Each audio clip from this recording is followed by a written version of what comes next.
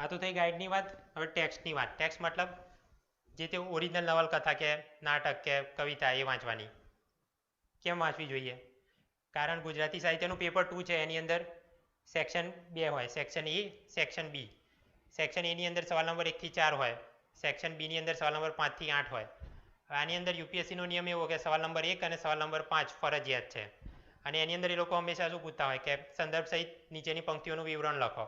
અને પછી તમને કોઈ નાટકનો ડાયલોગ આપી દીધો હોય યા પછી કોઈ કવિતાની પંક્તિઓ આપેલી હોય, એના વિશે તમારે લખવાનું થાય.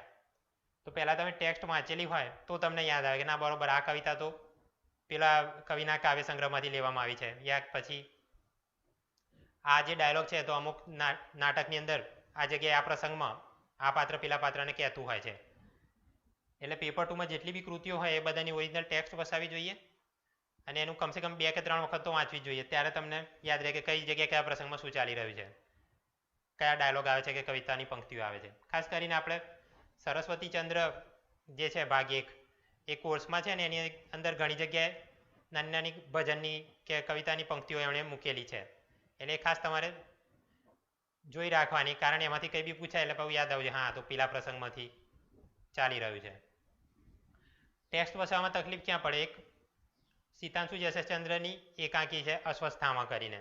હવે એવું કહેવાય છે કે એમણે લખી તો ખરી પણ કદી પ્રકાશનમાં આપી જ નથી, એટલે એ ચોપડી તમને બજારમાં નહીં મળે. એટલે એક કૃતિ તો તમારે ઓપ્શનમાં જ કાઢી દેવાની. એમાંથી કંઈ પૂછાય બહુ ખેંચીને તમને આમ જે ઇતિહાસને લક્ષણ માટે મેં કીધી ચોપડી ધીરુભાઈ ઠાકરે, એમાંથી થોડું કન્ટેન્ટ ક્યાંક છૂટું છવાયું મળી જાય ને કંઈક તમે જાતે તૈયાર કરી શકો જવાબ તો બરાબર. બાકી એ આખી કૃતિ તમારે ઓપ્શનમાં કાઢી દેવાની, એ સિવાયની બાકી રેડી રાખવાની. એવું કદાચ એવું પણ બને કે ચંદ્રાવતીની વાર્તા જે છે શામળકૃત મધ્યકાલીન ઇતિહાસમાં આવે છે, એની બી કદાચ ટેક્સ્ટ ના મળે તો એમાં બી તમારે આ એપ્રોચ વાપરવો પડશે.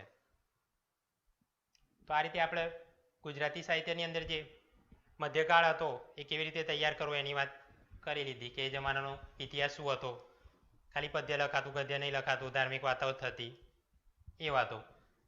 સાહિત્યના પ્રકારો કયા કયા હતા? આખ્યાન લખાતા, ભજન લખાતા, પદ લખાતા, છપ્પા લખાતા. મુખ્ય લેખકો કોણ હતા? નરસિંહ, મીરા, દયારામ, પ્રેમાનંદ, અખો, શામળ, એ બધા. લેન્ડમાર્ક એટલે આ ટૂંકમાં પહેલા 3 ટોપિક પેપર 1માં ભણવામાં આવે.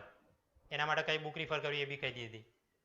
પછી કૃતિઓ મતલબ લેન્ડમાર્ક કહી શકાય એવી કવિતાઓ કઈ હતી એ જમાનામાં, એ આપણે પેપર 2માં ભણવાની થાય. તો એ 5ની ટેક્સ્ટ અને 5ની ગાઈડ એની આપણે ચર્ચા કરી લીધી. એ જ રીતે આ બાકીના યુગ છે એ પણ આ જ લાઈન ઉપર તમારે પ્રિપેર કરવાના થાય. હવે સુધારક યુગ. તો આપણે આગળ એમ જોયું કે મધ્યકાલીન યુગની અંદર પ્રજાને કેટલી તકલીફ પડતી, કે રાજા રજવાડા હોય જ્યાં ત્યાં નાના નાના બેફામ મહેસૂલ ઉઘરાવે, ગમે એની પત્ની કે છોકરી ગમે જાય તો ઉઠાવીને લઈ જાય લોકો. એમના જે ચમચા કે હજુરિયાઓ હોય એ કોઈનું બી મકાન કે ખેતર પડાવી લે. ટૂંકમાં જીવનમાં આ પ્રકારની અનિશ્ચિતતાઓ હતી. એ વખત અંગ્રેજી શાસન જ્યારે શરૂ જ થાય છે એ જમાનાનું આ વાત છે, આ સુધારક યુગ. તો એક તો શું થયું, અંગ્રેજોના આવવાના લીધે થોડી લો એન્ડ ઓર્ડર સિસ્ટમ આવી, પહેલાં કરતાં જીવનમાં થોડી સ્થિરતા આવી. બીજું, આ જમાનામાં અંગ્રેજો દ્વારા પણ અને એ સિવાય ભારતના બીજા ભાગોમાં ભારતીય સમાજ સુધારકો દ્વારા પણ વિધવા પુનઃ વિવાહ વિશે ચળવળો ચાલુ થઈ. બાળ લગ્ન બંધ કરાવવા માટે કે સતી પ્રથા બંધ કરાવવા માટે ચળવળો ચાલુ થઈ. એવો આ આખો દોર ચાલી રહ્યો છે.